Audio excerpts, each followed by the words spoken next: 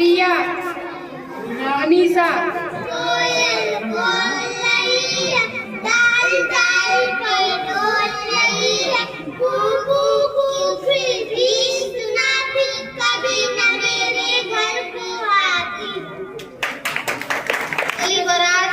किस कविता को लेकर प्रस्तुत है ऋषि। तू जी की चली बरात हुई बतासों की वर्षा, बैगन के गाड़ी के ऊपर बैठे कद्दू राजा, सलजम और प्याज ने मिलकर खूब बजाया बाजा, मेथी पालक भिंडी तोरई टिड्डा मूली गाजर, बने बराती नाच रहे थे आलू मटर टमाटर, कद्दू जी हंसते मुस्कुराते लौकी दुल्हन लाए, कटहल और करेले जी ने चाट पकौड़े खाए, पता चली है बात सपना देखा जाएगा। जय हिंद जय भारत। शीश उठाकर रोहन शिवानी, अमन दाइशे, तुम भी ऊंचे बन जाओ, सागर गाता है लहराकर, मन में गहराई लाओ, समझ रहे हो क्या करती है टूट की तरह तरह, भल्लो भल्लो अपने मन में मीठी मीठी उमंग करा, फिर कभी कहती है न छोड़ो कितना भी हो सर पर भारो, न पकाता है इतना फैलो, ढक लो तुम सारा संसार। जय जय भारत। बच्चों के लिए जोरदार तालियां लेकर प्रस्तुत है आस्था नर्सरी। आगे कैमरा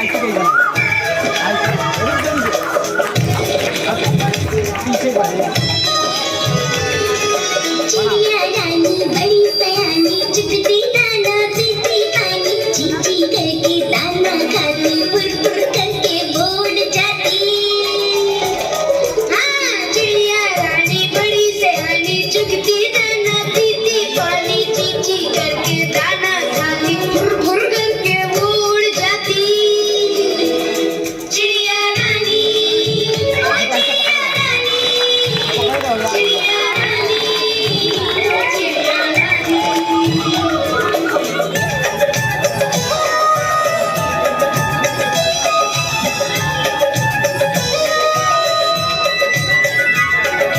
चिड़िया रानी बड़ी सयानी, नित सवेरे हमें जगाती, पेड़ की डाल पे इनका बसेरा, सांझ देगी ये सो जाती। चिड़िया रानी, ओ चिड़िया रानी, चिड़िया रानी, चिड़िया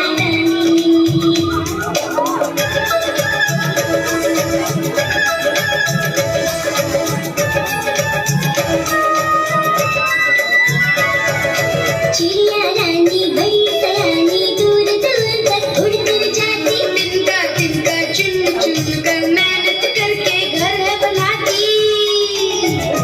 चिड़िया रानी, ओ चिड़िया रानी, चिड़िया रानी, चिड़िया रानी, चिड़िया रानी, चिड़िया रानी, चिड़िया रानी, चिड़िया रानी। ताली बजाएंगे आप लोग इस छोटे बच्चे के लिए, बहुत अच्छा डांस किए।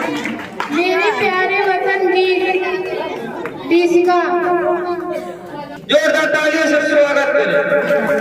मेरे प्यारे वतन तुझको सत सत नमन, दिल मेरा पुकारे वंदे मातरम।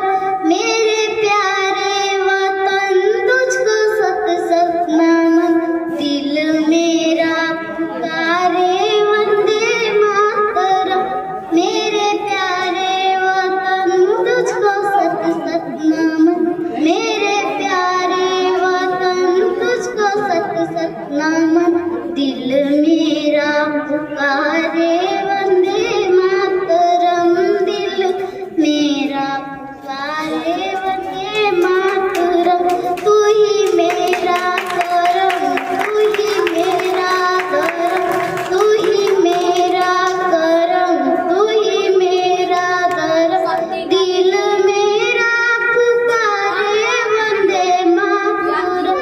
मेरे प्यारे वतन तुझको सत सत नमन, दिल मेरा पुकारे वंदे मातरम। तेरी मिट्टी की खुशबू मेरे सांस में, तेरी मिट्टी की खुशबू मेरे सांस में, तेरा इंसास दिल मेरे सांस में, तेरा इंसास दिल मेरे सांस में। तुझ पे नौछावर ये मेरे सारे जन्म, तुझ पे नौछावर ये मेरे सारे जन्म। दिल मेरा पुकारे वंदे मातरम। मेरे प्यारे वतन तुझको सत सत नमन, दिल मेरा पुकारे वंदे मातरम। तुझ पे कुर्बान मेरा लहू जिस्म जान, तुझ पे कुर्बान मेरा लहू सबसे प्यारा वतन मेरा भारत महा। सारी दुनिया में तुझ सा ना कोई चमक, सारी दुनिया में तुझ सा ना कोई चमक। दिल मेरा पुकारे वंदे मातरम। मेरे प्यारे वतन तुझको सत सत नमन, दिल मेरा पुकारे वंदे मातरम। दिल मेरा पुकारे वंदे मातरम। जय जवान। अम्मा जरा देखो तो बादल। इस कविता को लेकर प्रस्तुत है अनुष्का। अम्मा जरा देखो तो ऊपर चले आ रहे हैं बादल, गरज रहे हैं, बरस रहे हैं, दिख रहा है जली जल। हवा चल रही है क्या पुरवाई, झूम रही है डाली डाली। ऊपर काली घड़ा घिरी है, नीचे फैली हरियाली। भीग रहे हैं खेतवा कुवन, भीग रहे हैं घर आंगन। बाहर निकलूं मैं भी भीगू, चाह रहा है मेरा मन चैन से बैठा चांद देखती। इस कविता को लेकर प्रस्तुत है विजयलक्ष्मी, श्रेया और अनुष्का। अटकर बैठा चांद एक दिन माता से बोला, सिलवा दो से उनका एक मोटा जीवन। सब चलती है वहाँ, तारे से पढ़ता हूँ टिटू टिटू कर किसी तरह यात्रा पूरी करता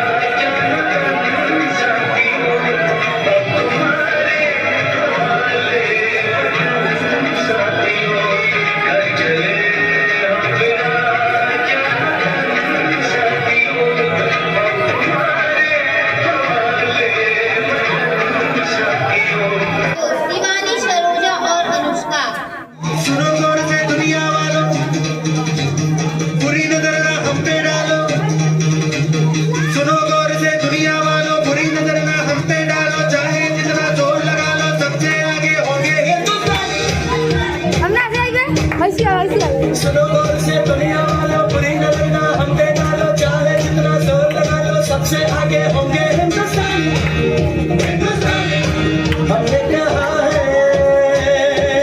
तुम भी कहो, हमने कहा है जो तुम भी कहो।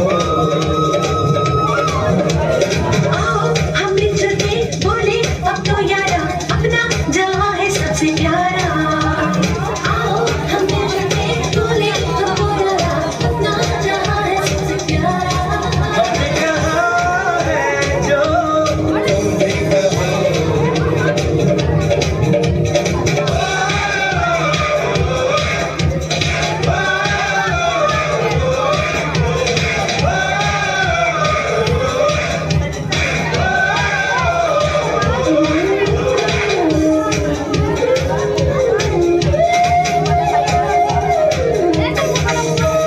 चलते शरारे हैं, पानी के धारे हैं, हम काटे कटते नहीं।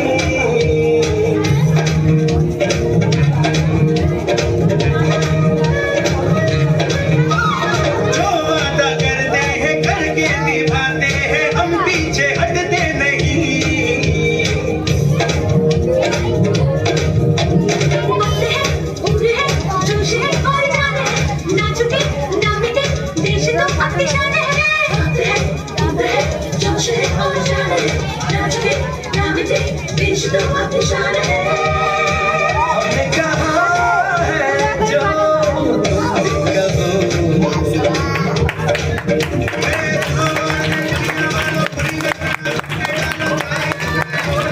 सबसे आगे होंगे हिंदुस्तान।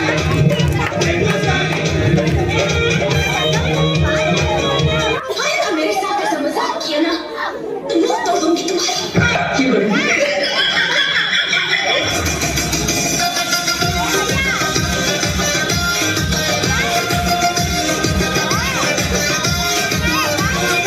प्यार से करेंगे सबका स्वागत।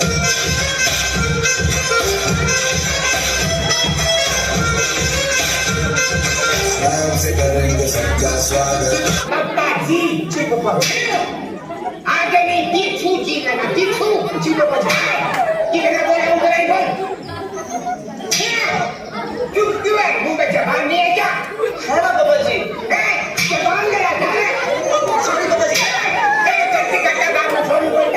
अपनी बात पहले सॉरी बोलो। करते हैं कि आप सभी अतिथियों का आभार प्रकट करें। आदरणीय प्रधानाध्यापक। का कार्यक्रम हम लोग नहीं शामिल कर पाए, 15 अगस्त में कराएंगे सभी बच्चों का। आदरणीय ग्राम प्रधान जी, गांव की सम्मानित जनता, विद्यालय की प्रगति के लिए समर्पित, विद्यालय में शैक्षणिक वातावरण बनाने के लिए मेरे कदम से कदम मिलाकर चलने वाली सभी शिक्षिका बहनें, बच्चों के साथ साथ पूरे स्टाफ के लिए भोजन की व्यवस्था संभालने के लिए हर क्षण तत्पर आदरणीय रसोइया एवं प्यारे प्यारे नन्हे मुन्ने बच्चे, आप सभी लोगों को 76वें गणतंत्र दिवस की ढेर सारी शुभकामनाएं। आज 26 जनवरी के दिन हम अपने गणतंत्र होने की खुशी मनाते हैं। 26 जनवरी 1950 को हमारे देश का संविधान लागू हुआ था। तब से हम इस पावन दिवस को हर्षोल्लास के साथ मनाते हैं। गणतंत्र दिवस हमारी सोच को प्रकट करता है। हमने जिस भारत का सपना देखा था उसकी झलक हमारे संविधान में दिखाई देती है। गणतंत्र दिवस हमें बताता है कि नियम से रहने का क्या महत्व है। जैसे देश नियम और कानूनों से चलता है, उसी प्रकार हमें अपने जीवन में भी नियम निर्धारित करना चाहिए एवं उसका पालन करना चाहिए। सफल जीवन की पहली शर्त है नियम का पालन। यह गणतंत्र दिवस का पावन दिन देखने के लिए हमने बड़ी कुर्बानियां दी हैं। कितनी माँओं की गोद सूनी हो गई, कितनी सुहागनों का सिंदूर छिन गया, कितने भाइयों की कलाइयाँ सूनी हो गईं, तब कहीं हम गणतंत्र होने के लिए सक्षम हुए। आज जो युवक 23 वर्ष का है, उससे पूछो तुम्हारा सपना क्या है। कोई डॉक्टर बनना चाहता है, कोई इंजीनियर बनना चाहता है, कोई बड़े पैकेज की तलाश में है, तो कोई ऐशो आराम का जीवन बिताने का सपना देखता है। वह भी 23 साल का ही था जिसने इतिहास रच दिया। कौन? इनकलाब जिंदाबाद। उसके जीवन की एक घटना मैं आप लोगों को बताता हूँ। फांसी से पहले जब वह महान सपूत जेल में बंद था, जेल में घोर यातनाएं दी जाती थीं। कभी कभी क्रूर जालिमों के अत्याचार से उन्हें जेल में ही शौच हो जाता था। इस तरह की साफ सफाई करने के लिए जेल में एक भंगी रखा गया था जिसका नाम बोघा था। वीर सपूत के हाथ पैर बंधे रहते थे, शरीर भी कभी कभी साथ नहीं देता था।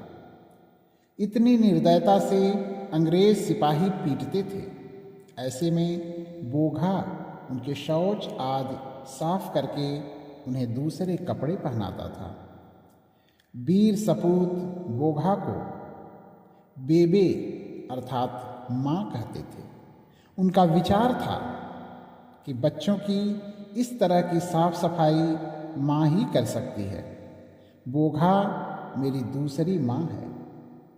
वे बोघा से कहते, मुझे एक दिन अपने हाथ से खाना खिला दो। बोघा कहता, क्यों मजाक करते हैं? कहाँ आप ऊंची जात के सरदार और मैं कहाँ नीच भंगी।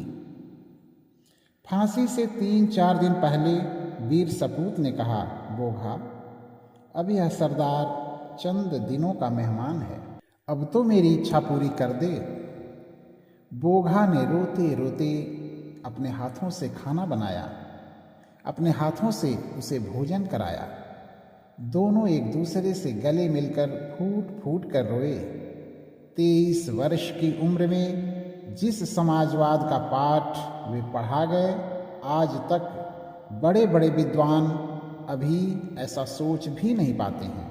अंत में 23 मार्च 1931 की शाम को उन्हें फांसी दे दी गई। उस शहीद भगत सिंह का इनकलाब जिंदाबाद आज भी क्रांति का बिगुल बजाने के लिए जिंदा है। गणतंत्र दिवस की बात करते समय हम डॉक्टर भीमराव अंबेडकर को नहीं भूल सकते। पूरा राष्ट्र आज उन्हें नमन करता है। डॉक्टर भीमराव अंबेडकर ने हमें कलम की ताकत के बारे में बताया। एक व्यक्ति हैं स्टीफन हॉकिंस, उनका पूरा शरीर डेड है परंतु दिमाग ठीक है। पूरी दुनिया में उनकी पूछ होती है। एक व्यक्ति था दुर्योधन, जिसका शरीर ठीक था परंतु दिमाग खराब था। उसके लिए दिनकर जी ने लिखा, जब नाश मनुज पर छाता है, पहले विवेक मर जाता है। एक महान व्यक्तित्व हैं डॉक्टर भीमराव अंबेडकर, जिनका शरीर भी ठीक है, दिमाग भी ठीक है, परंतु सामाजिक स्वीकृति नहीं है। उनके जीवन से हमें सीखने की जरूरत है। शिक्षा की ताकत समझने के लिए अंबेडकर जी को पढ़ें। हमारा स्कूल अब बदल रहा है। भौतिक सुविधाओं की बात करें तो ग्राम प्रधान जी ने काफ़ी सहयोगात्मक रवैया अपनाया है। विद्यालय में जो बड़ी बड़ी समस्याएं हैं उन्हें प्रधान जी हल करते हैं। जो व्यवस्था स्कूल के बजट की होती है उसे मैं पूरा करने का प्रयास करता हूँ। काफ़ी प्रयास के बाद इस बार बच्चे कई प्रतियोगिताओं में सम्मिलित भी हुए हैं। परिणाम अच्छे होने की पूरी उम्मीद है। सरकारी स्कूल जिस भी गांव में हैं वे गांव सौभाग्यशाली हैं। यह किसी मंदिर से कम नहीं है। इसे बचाने की जिम्मेदारी हम सबकी है। सरकारी स्कूल केवल आपके बच्चों को पढ़ाते ही नहीं हैं, बल्कि उनके लिए और भी बहुत कुछ उपलब्ध कराते हैं। हमारे स्कूल के बच्चे जिनके माता पिता आज यहाँ उपस्थित हैं, उनसे मैं कहना चाहता हूँ, बच्चों को नियमित भेजें। बच्चे गैप करके आते हैं तो सीखने में पिछड़ जाते हैं और बड़े होकर पढ़ाई से दूर हो जाते हैं। किसी भी समस्या को दूर करने के लिए आप स्कूल के साथ मिलकर कार्य करें, हम बेहतर बनते जाएंगे। भविष्य में मेरी योजना है बच्चों को प्रतियोगी परीक्षाओं के लिए तैयार करने की। कक्षा 6, 7 और 8 के बच्चों के लिए कैरियर गाइडेंस प्रोग्राम भी स्कूल में चलाया जाएगा, जिससे बच्चे भविष्य के लिए तैयार हो सकें। अंत में एटा जिले की एक घटना का जिक्र करना चाहता हूँ। सुबह सुबह जब हम विद्यालय के लिए निकलते हैं तो मिड डे मील के लिए नमक, मसाला, तेल, सब्जी, आलू, प्याज खरीदते समय ऐसा लगता है कि हम स्कूल नहीं, कोई रेस्टोरेंट चलाने के लिए जा रहे हैं। कई बार मन दुखी होता है, क्या यही करने के लिए हम शिक्षक बने थे? लेकिन कभी कभी यह मिड डे मील गरीबों के लिए वरदान साबित होने लगता है। एटा जिले की घटना ने मन को झकझोर कर रख दिया। हुआ यूं कि पति की मौत के बाद 6 बच्चों और सास की जिम्मेदारी 35 वर्षीय सुमन पर थी। स्कूल जब खुला रहता था तो बच्चों का पेट मध्याह्न भोजन से भर जाता था। स्कूल बंद होने से घटना वाले दिन घर में जितना आटा था उससे कुल 6 रोटियां ही बन पाईं। 8 सदस्यों में ये रोटियां जब टुकड़ों में बंटी तो माँ का कलेजा भर आया। उसके जीने की चाह खत्म हो गई और माँ ने कीटनाशक दवा पीकर अपना जीवन ही समाप्त कर लिया। मरते समय भी जिम्मेदारी का ऐसा एहसास उसने अपनी बड़ी बेटी छाया को बुलाया और कहा, बेटी तुम सबसे बड़ी हो, समझदार हो, मैं तो जा रही हूँ। अब तुम अपने साथ इन सबका ख्याल रखना और परिवार संभालना। ये स्थिति तब है जब हम चांद पर प्लाट खरीद रहे हैं। सरकार 80 करोड़ लोगों को मुफ्त खाद्यान्न बांटती है। कोई तो जिम्मेदारी उठाए और बताए कि सुमन के हिस्से का खाद्यान्न का क्या होता था। सरकार अच्छी अच्छी योजनाएं चलाती है, जनता की भलाई के कार्य करती है, परंतु उन्हें लागू करने में विफल हो जाती है और ऐसे ही कई सुमन कीटनाशक दवाएं पीकर अपनी जीवन लीला समाप्त कर लेती हैं।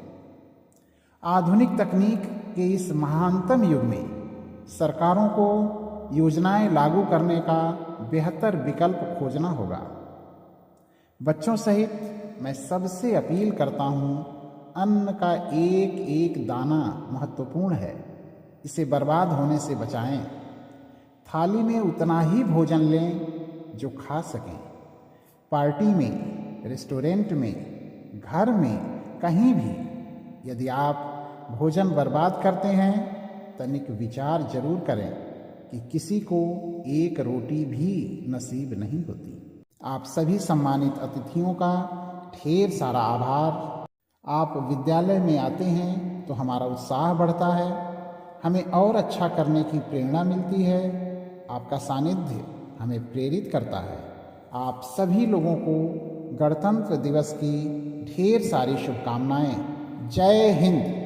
है जाते हुए लम्हों जरा ठहरो, जरा ठहरो।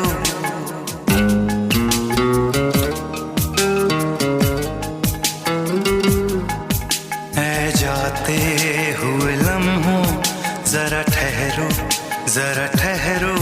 मैं भी तो चलता हूँ, जरा उनसे मिलता हूँ।